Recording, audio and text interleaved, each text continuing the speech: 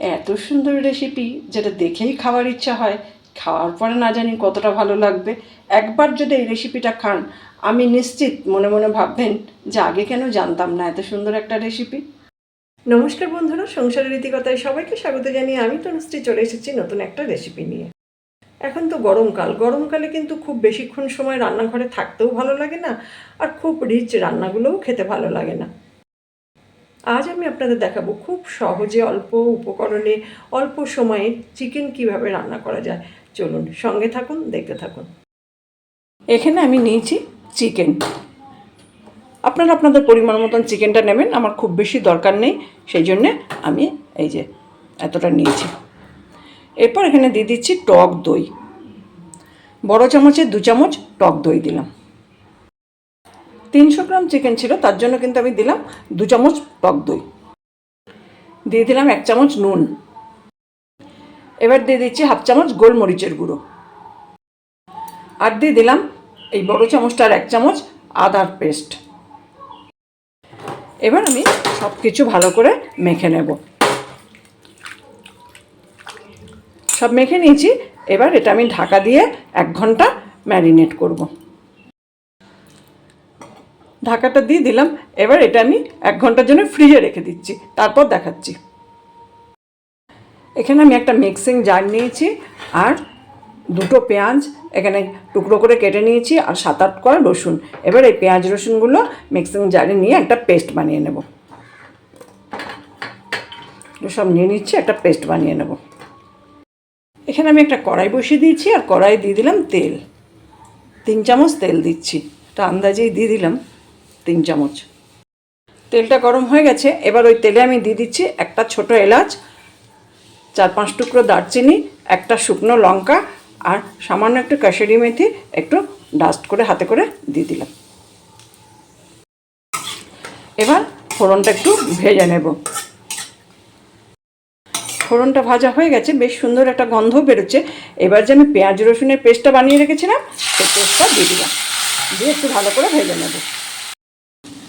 এবার দিয়ে দিলাম 1/2 চামচ কাশ্মীরি লঙ্কা গুঁড়ো। আবারও ভালো করে কষিয়ে নেব। পেঁয়াজ রসুনের যে পেস্টটা ছিল তার সাথে লঙ্কা গুঁড়োটাকেও ভালোভাবে কষিয়ে নিচ্ছি। এবার দিয়ে দিলাম 1 চামচ জিরে গুঁড়ো। জিরে গুঁড়োটা দিয়েও মশলাটা আবার ভালোভাবে কষিয়ে নেব। এই সময় আমি সামান্য একটু জল দিচ্ছি। ওই যে মিক্সির বাটিটা ধুয়ে একটু জল দিলাম, যাতে মশলাটা পুড়ে তলায় না লেগে যায়। মশলাটা তো বেশ ভালো করে কষানো হয়ে গেছে। এবার আমি যে চিকেনগুলো ম্যারিনেট করে রেখেছিলাম সেই চিকেনগুলো দিয়ে দিচ্ছি, দিয়ে আবার ভালোভাবে কষিয়ে নেব। এবার আমি দিয়ে দিচ্ছি স্বাদ অনুযায়ী নুন। নুনটা দিয়েও ভালো করে কষিয়ে নিতে হবে, আলাদা করে আর জল দিইনি। এবার আমি একটা ঢাকা দিয়ে দিলাম, আর গ্যাসের ফ্লেমটা কমিয়ে দিলাম চিকেনটা সেদ্ধ হওয়ার জন্য।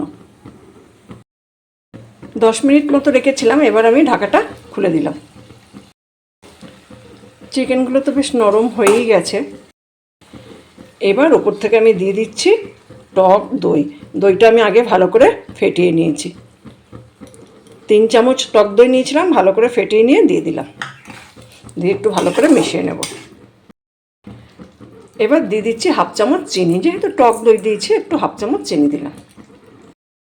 এবার দিয়ে দিলাম ওপর থেকে একটু ধনেপাতা কুচি। এবার একটু ধনেপাতা কুচিগুলো ভালোভাবে মিশিয়ে দিচ্ছি। এবার আমি ওপর থেকে একটু কাসুরি মেথি ছড়িয়ে দিলাম, এরকম হাতে করে নিয়ে পেস্ট করে দিয়ে দিলাম, অল্প একটু দিলাম, আর একটু মিশিয়ে দিচ্ছি। এবার একটা ঢাকা দিয়ে দিলাম, আর গ্যাসটা অফ করে 5 মিনিট স্ট্যান্ডিং টাইমে রেখে আপনাদের দেখাচ্ছি। 5 মিনিট তো স্ট্যান্ডিং টাইমে রেখেছিলাম, এই যে একদম রেডি হয়ে গেল। দেখুন কত সুন্দর দেখতে লাগছে, কতটা লোভনীয় হয়েছে, দেখেই তো মনে হচ্ছে খেয়ে নিই। এই রেসিপিটার সাথে কিন্তু ভাত, রুটি, লুচি, পরোটা, পোলাও সব কিছুর সাথেই এটা খাওয়া যায়, ভীষণ সুন্দর খেতে লাগে। দেখুন কতটা সুন্দর দেখতে লাগছে চিকেনটা, দেখেই তো মনে হচ্ছে খায়। এই রেসিপিটা কিন্তু ভাত, রুটি, লুচি, পরোটা সব কিছুর সঙ্গেই খাওয়া যায়। তাহলে এই একটা রান্না করে নিলে ভাতের সাথেও খেতে পারবেন, রুটির সাথেও খেতে পারবেন, সময়ও বেঁচে যাবে, বেশিক্ষণ রান্নাঘরেও থাকতে হবে না, তাই না? আমার আজকের রেসিপিটা কেমন লাগলো জানাবেন, ভালো লাগলে একটা লাইক দেবেন। যারা এখনও আমার চ্যানেলটা সাবস্ক্রাইব করেননি তাদের অনুরোধ করব আমার চ্যানেলটা সাবস্ক্রাইব করে নেওয়ার জন্য। আর অলরেডি যারা সাবস্ক্রাইব করেছেন, সঙ্গে আছেন, পাশে আছেন, তাদের তো অসংখ্য ধন্যবাদ। এইভাবে আমার সঙ্গে থাকুন, পাশে থাকুন, সবাই ভালো থাকুন, সুস্থ থাকুন। দেখা হবে অন্য কোনো দিন অন্য কোনো ভিডিও নিয়ে। ভালো থাকবেন সবাই।